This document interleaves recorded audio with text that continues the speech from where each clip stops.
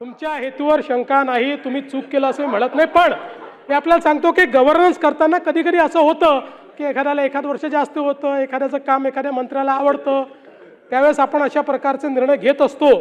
तर मला असं वाटतं की जरूर, पण आपण सांगितलंय, जयंतराव यांनी सांगितलंय, त्यामुळे जरूर त्याच्याकडेही लक्ष घालण्यात येईल. घोषणा.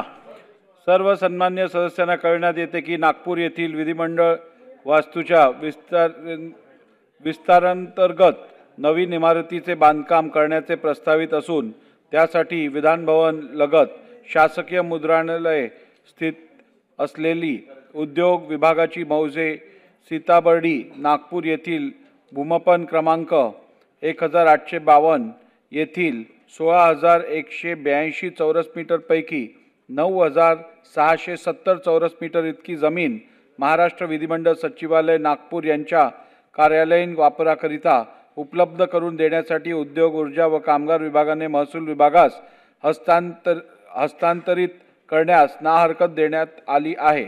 प्रस्तुत जमीन महाराष्ट्र विधिमंडळ सचिवालय नागपूर यांच्या कार्यालयीन वापराकरिता प्रदान करण्यासाठी पुढील कार्यवाही जिल्हाधिकारी नागपूर यांच्या मार्फत करण्यात येत आहे.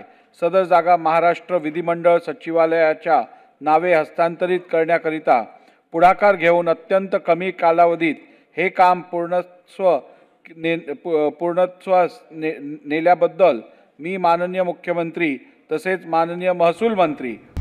आता isakal.com आहे देशातील नंबर 1 ची मराठी न्यूज वेबसाईट.